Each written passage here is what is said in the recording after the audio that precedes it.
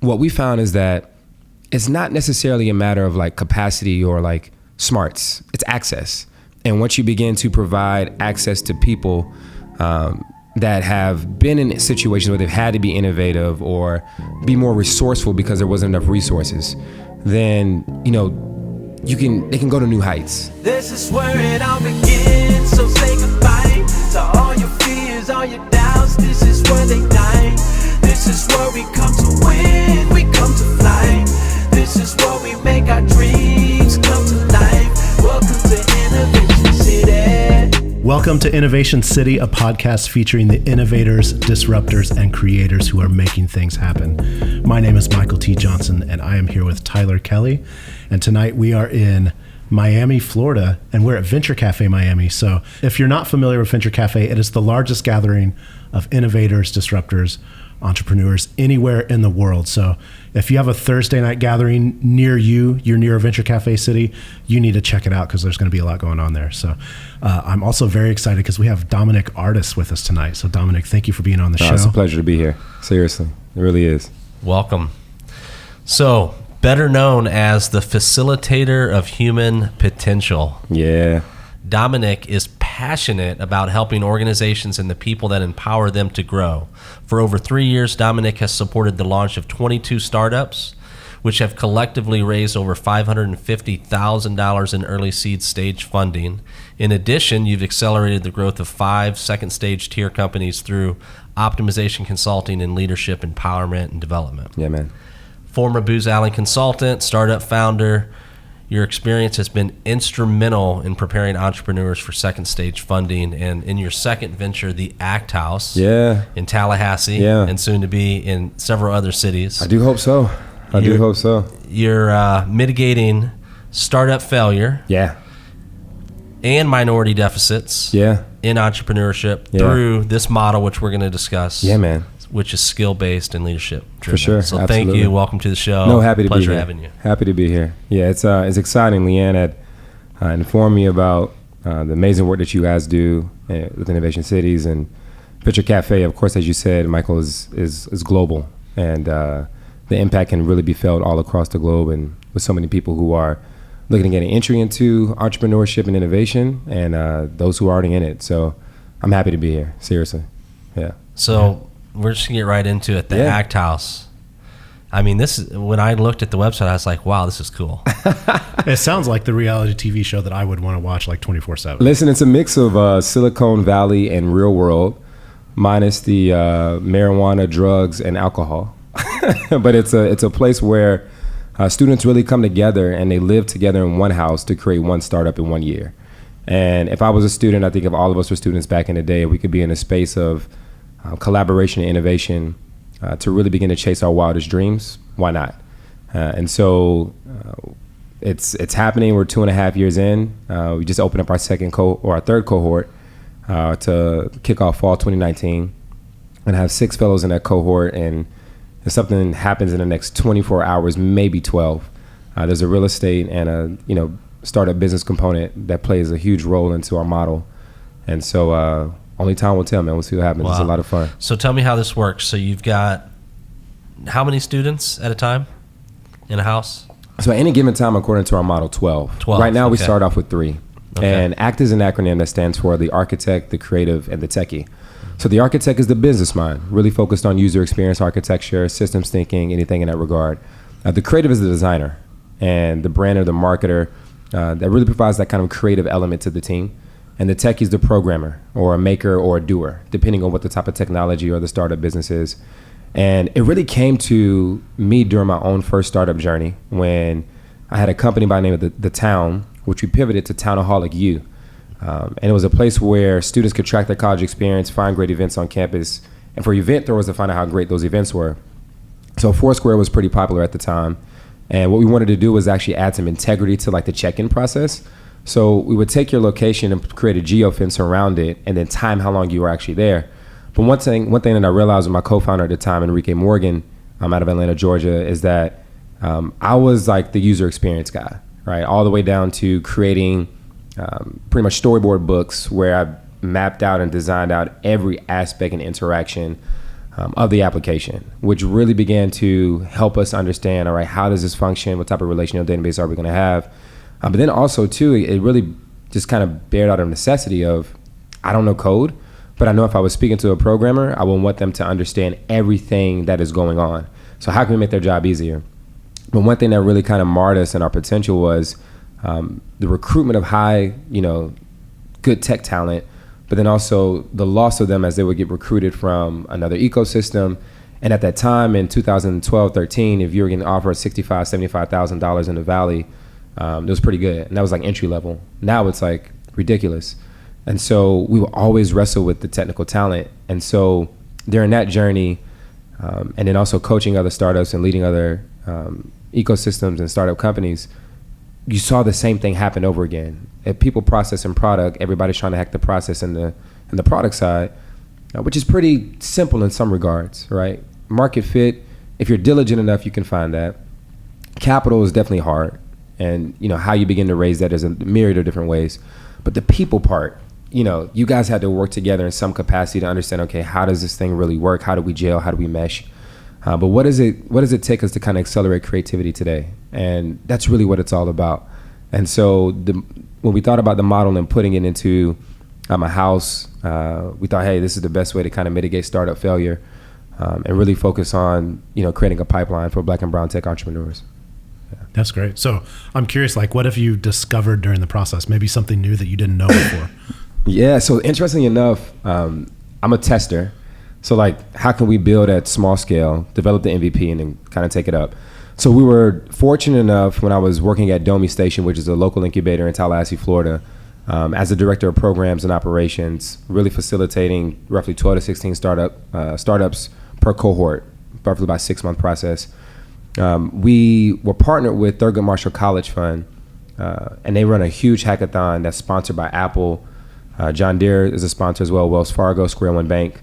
And they allowed me to actually take the ACT model and implement it. And so the very first year when I participated, just a facilitator, in 2016, there were 20 teams and they had different tracks. So one was in the innovation track, one was in the tech track. And so you had hackers just kind of doing their thing and business folks and doing their thing. So at the end, you found that the techies had cool inventions, no idea about how this is actually going to catch you in with the actual customer. And the business people had all these witty ideas, but nothing to show for as an MVP. And so that year, there were 20 teams that were produced, but only 2 actually had prototypes. And so we tested the model the next year, and we actually had the conference in Durham, the hackathon in Durham with American Underground. Shout out to Doug Spate, Taryn Henry, D. McDougal from Square One Bank. Just a lot of great people in Durham. But we tested the model and we actually organized the teams according to skill set, architect, creative, techie. And by the end of the hackathon, 16 out of 20 teams had produced prototypes.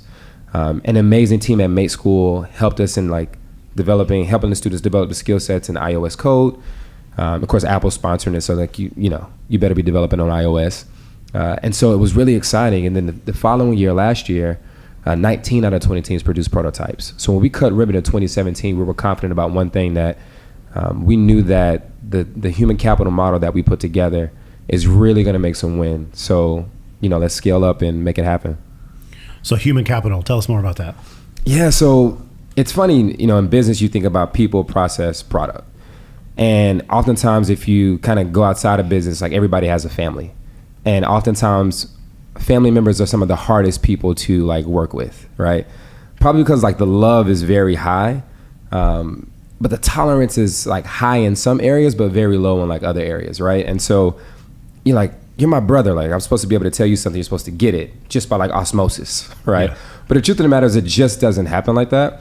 So we spend a lot of time in really, developing a lot of the tough areas that people don't like to look at with themselves, and our kind of leadership development curriculum, and very focused on helping people find out what's their MVP statements, what's their vision for life. And it's very important that, we go through different processes for people to begin to flesh this out. And if you think about it as a student, if you ask somebody what do they want to do, probably 8 to 9 times out of 10, and having a former kind of adjunct professorship at a university in leadership professional development, you find that a lot of people say, I want to help people. So, okay, you want to help people, but how, right? And so what we do is we help people kind of figure out that how, and oftentimes figure out the what. And so when you have that amongst a team and a group, then you can understand where is everybody headed. Then when you can actually map the skills and find and coalesce around common passions and areas that people are excited about, it changes the dynamic of the team, and how they approach problems together is completely different. And we saw this in our first cohort, our second cohort now, doing an amazing job just in really kind of getting after the discovery process and problems and really developing an MVP. And when I go back to Tallahassee on Monday, we have a meeting that night, and we'll kind of see what they've drummed up. But it's a true facilitated process. We meet with them every week and really dive in and answer the tough questions. And so these kids live in the house. Yeah. And for like a semester, for a whole year, for a whole year, like a 12-month year. So the program starts in months? the program starts in June. It ends in like the following June. Okay. But the truth of the matter is, like, you have an alumni program, it's family, and the truth of the matter is every startup doesn't make it. So we focus on developing an entrepreneurial mindset, and we've recently shifted our model to be more of a national fellowship program that focuses on developing an entrepreneurial mindset for startup teams to continue to be entrepreneurial or be entrepreneurial, and how can we leverage corporate R&D to really begin to have students wrap around that and take that to the next level, because sometimes the amount that a corporate is willing to spend on R&D they've had on the shelf is astronomical, right? So how can we kind of reduce that and also focus on the recruitment, creating pathways for Black and brown tech co-founders or CPG founders or whatever, to really begin to create jobs, right, and provide pathways. But one thing that we focus on even internally, my business partner is Israeli, and I have a whole funny story about how we met. But as much as we're very focused on Black and brown tech co-founders, like really leading in business, we're very, very focused on making sure they're creating inclusive and diverse teams, because that's critical and very important. Yeah, talk about the more like the Black and brown tech deficit, and like how that's a problem, and what we can do to make a dent in it. Yeah. So I'll try not to get too deep into it, but I mean, I think a lot of us around the table know a lot of the issues that pretty much our society and our nations kind of come from, and really particularly for African Americans and Hispanics, some of the loops and hurdles that they've had to go through from a systematic oppression aspect. And so what we found is that it's not necessarily a matter of like capacity or like smarts, it's access. And once you begin to provide access to people that have been in situations where they've had to be innovative or be more resourceful because there wasn't enough resources, then they can go to new heights. Yeah. And so for us, it was a tough decision, but it was one that I was very happy about. One, being a military brat, growing up in America, but also overseas, was always just exposed to like diverse communities and cultures. And so to really to focus on Black and brown for us was just, okay, we're tired of hearing about a problem. And we think the solution that we have is going to lead to economic opportunity and job creation amongst these individuals. And so, why not, right? I was one, youngest of four, lived in an apartment with my family for roughly about 10 to 12 years when we came back from overseas. And I was just like, hey, we had a fantastic life like over here, like what's going on over here? But you realize and you see the problems in your own community, and so instead of just talking about it, like be about it and do the work and put the boots on and strap up. So yeah man. So you talked earlier about the leadership development, and really that's addressing the startup that's addressing the deficit, people, right? For sure. So in some of your materials you talk about how most startups fail because, and with these 3 to 12 people, you're helping them overcome that hurdle, which is a lot of the like, why do most startups fail? Well, I think so. It's an interesting report produced by CB Insights, and out of the top, they asked the top 20 reasons why entrepreneurs fail or startups fail. One, I think, was market fit. 2 was capital, and the third was team formation. And when you think about it, really, like, one, having a relationship with another human being is difficult, right? Then if you think about if you have like a love relationship with that individual, that takes work, right? You have to be committed to something in order to kind of figure out the problems that, not only that you face throughout the day, but how that other person faces those problems as well. So now if you think about it in a business context where certain motivating factors begin to influence certain behaviors, then it can either lead to a lot of innovation or lead to a lot of destruction. And so for us, our 4-step kind of curriculum and process is around leadership development, where we really begin to kind of assess a lot of things I talked about earlier, but then diving into product development, helping them out with user experience, user interface, code development, all that good stuff. And then moving to the business development and then customer development. For us, if they're leaving our program with roughly 10 customers up under their belt, we've done a good job, right? And we put them in a position where they're showing a trajectory of customer growth. And you're talking about students here. They're going to show a trajectory of customer growth, and furthermore, setting them up for the possibility of like early seed stage investment. So we can kind of team them up to roughly reach a place where it's like 50 to 100,000 in like initial investment. We're doing our job of getting them on the ramp and also mitigating some of the failures they're going to experience just with the business itself. But it's really kind of just tapping into the human psychology and helping them be develop as better leaders. And I think that's most important. You see a lot of the companies that are kind of like making huge disruptions in our society today. I mean, you have Daily Harvest, you have BarkBox. I can go and keep going down on this Slack, which is literally taking over how people truly communicate with inside of a company. Even for larger corporations too, where Microsoft has kind of pretty much ruled that domain. Their leadership and companies like MailChimp, which have done amazing jobs. There's leaders, there's people behind them. And if those people don't have commitment to the venture, then it's just ultimately going to fail. And I always think it's interesting, like Slack's perfect example, how you have companies that come in and own a space, but that space had been, there'd been companies in it years ago. Like exactly. Podcasting right now is huge, but podcasting's been around for like 20 years. 20 years. Right? I think it's the desire that everybody wants to just hear their own voice, right? Yeah, maybe that's it. But with like browsers, Slack, like there's all these different areas. So as a startup, how do you know you're not too early? And you're not going to just like blaze that path for someone else to come in and own it. It's interesting, right? So you have to kind of like, there's a certain time I think where in a startup or in a company, you have to have exposure, right? There's a certain time where you probably just need to continue hiding up under a rock and continue to develop.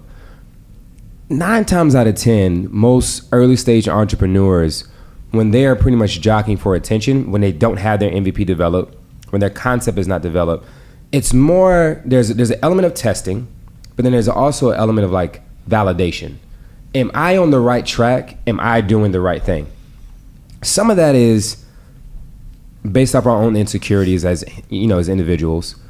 A good amount of it also too is just understanding, am I in the right space? So it's important if you're having the right the conversations with the right people.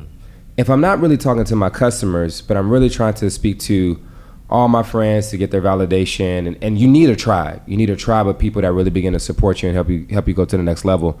That's so critically important. But it's very important to really begin to speak to the right customers. I know for me in my first venture, we were kind of on the very beginning stages of civic tech. So from a market standpoint, we were early. Most city governments were not willing to play ball with the early stage company, right? Now they are. And you see a lot of the ed tech and gov tech movements that have really begun to kind of kick up. And you see, I forgot Mike's last name, but he's the CIO of the city of Miami. And what's so interesting, he was on a panel yesterday we had at Black Tech Week, and he was speaking about how they're leaning forward, how they're changing their processes from waterfall to agile development, how they're producing more data sets for hackers to really begin to play around with. But now it's the side of, okay, how do we begin to implement this stuff? Because sometimes their systems aren't really kind of built for that type of agile frameworks and code and what have you not. And so there's a spot where you can be too early, right? And that can be according to the market. That can be from a capitalization standpoint. Probably it may be too early for you to raise funds. Like, can you focus on getting a customer first? And those things happen, but you have to feel it. After you have your first startup, like I have, you kind of understand, like, okay, I don't really need to be out all in public. like trying to get in the newspaper and all this other stuff.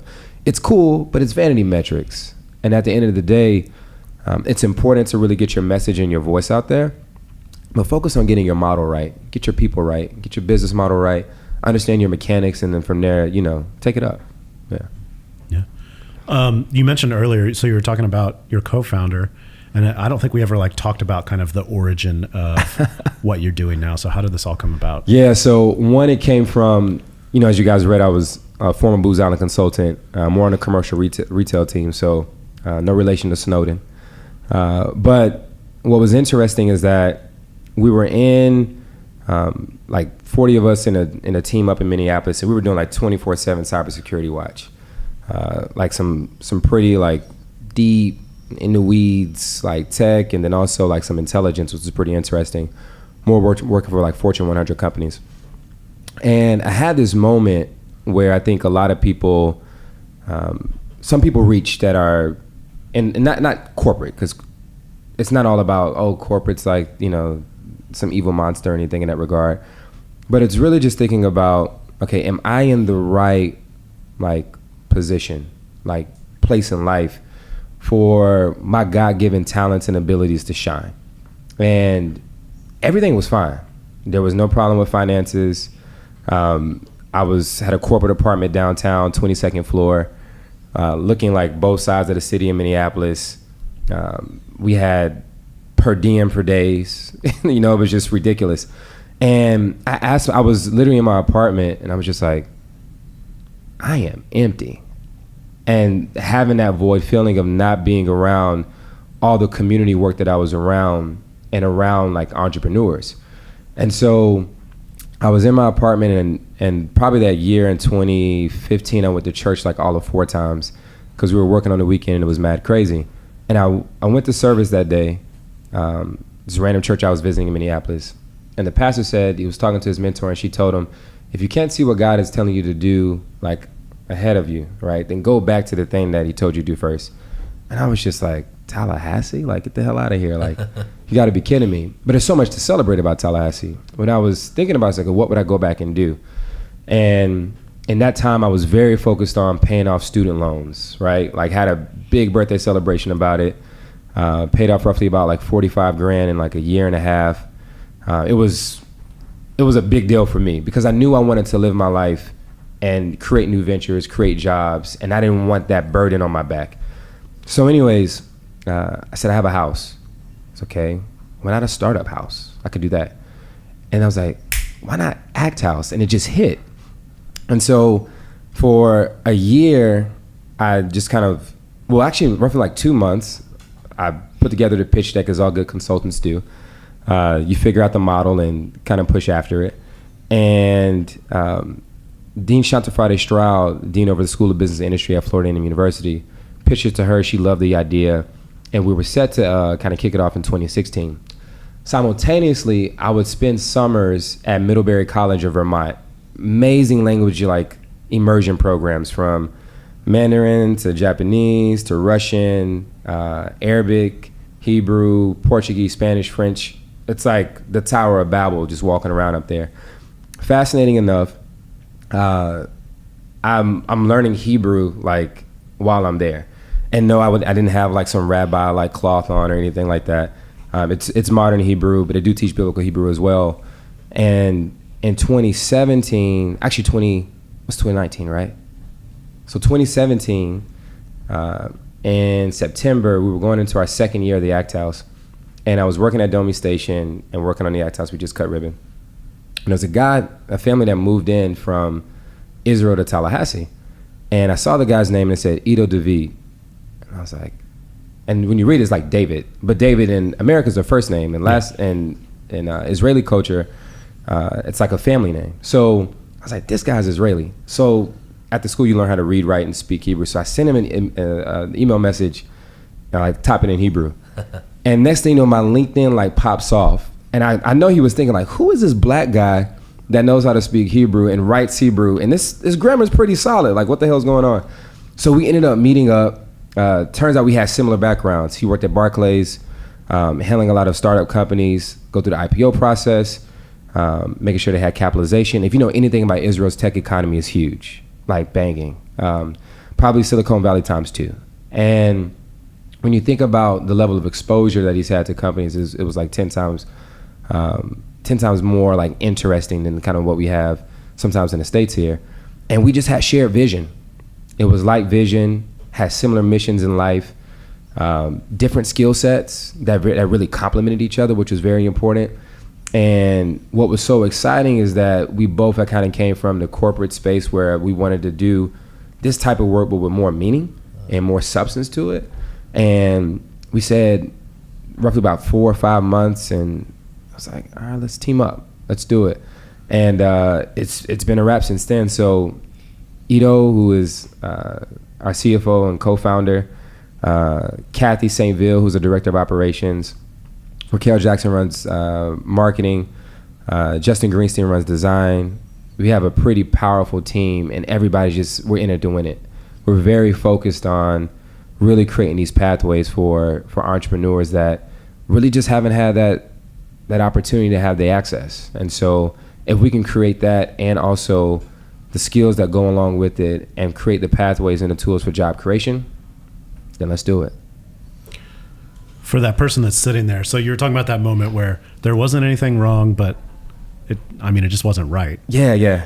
If there's somebody sitting there that kind of feels the same way, what's your advice to that person? Oh man, sheesh, it's challenging. I will say, I think you have to. I live in this space where you have to call it what it is, what it's not, and then what it will be, right? And if you can call it what it is and also what it's not, then you can see truth. Not your perception of the truth, but the truth, right?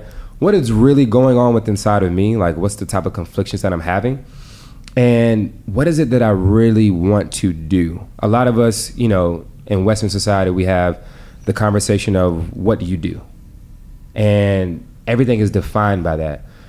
And most times when we're little, it's like, what do we want to become? We always find like a title or something aspirational, which is good. But the truth of the matter is, like, what type of impact do you want to have on the world? And I think if you start with kind of figuring out those questions, like, what is it? What is it not? And then what do I keep seeing in my mind, like, for the vision for my life, and how do I begin to expand and explore on that, and begin to put pen to paper? That really helps out big time, because there's so many thoughts that we just have in our everyday lives where we do not sit down and take the time to reflect and flesh out a lot of things. I'm a thinker. I have to have a notebook. I probably have like a shelf with like 7 past notebooks. Probably like 4 of them are filled up. You know how notebooks go. You have a couple pages at the end of they're blank. Yeah. But I would say that's very purposeful. In addition to that, I would say start with what's in your hands. Most times we don't recognize the talents and the skills that we bring to the table, and oftentimes we don't think about the passion areas that we're focused on. And sometimes we can get caught up in chasing the latest craze, right? And you have to ask yourself, what is it that I'm passionate about? For me, anything environmental, tech, and around food, I love, right? And so as long as I continue to associate myself around ideas that are around those areas, right? And thinking about environment outside of just like the nature that we see with this beautiful window out here, but us as people, right? How do we begin to create sustainable pathways for all of us to really begin to explore our wildest dreams? And the more you can begin to identify that for yourself, the easier it is to begin to just like move out there and do your own thing. But you have to have the courage. So on that note, how can people apply to be a part of the ACT House? Yeah. Because I know you're getting ready to, in 2020, New Orleans, Durham, Atlanta. Yeah. And then how can people get involved to help? Yeah, so a couple of pathways, right? Of course, follow us on all our socials at the ACT House. And that's on Instagram, Facebook, Twitter, all pretty much major social media platforms. For those who want to apply, right now our program is very focused on students. Right now we're in Tallahassee, so if you're from Florida A&M University, Florida State University, TCC, go to our website, act.house, not act.house.com, act.house. So our application is live, closes February 28th, and we'll kick up our next cohort in the fall of 2019. As we begin to expand out to other cities in Atlanta, Durham, in New Orleans, just follow our mailing list. We're on MailChimp, or we have MailChimp, so we send out a newsletter like once every month, and we'll keep you posted about the new developments that are happening there. But more than all, if you're a mentor, like you want to just really kind of get engaged and get involved and really begin to support, or you want to provide a talk or, any type of like skill-based training, look us up on our website, act.house. Send us an email at info@act.house. And, we'll be able to get in contact with you right away. And my own email address is dom, @act.house. Just feel free to reach out to us and connect, and let's let the journey begin. All right, Dominick, thank you for being on Innovation City. This was a pleasure. No, thank you, Tyler. Thank you, Mike. Appreciate it, guys. You bet. Many blessings. Yeah, this was great. For more episodes, visit innovationcity.co and be sure to subscribe, rate, and review. If you're in Miami, visit us at Venture Cafe on Thursday nights. You can find details at venturecafemiami.org and connect with us on social at WeAreSlam and Venture Cafe MIA. This is where it all begins, so say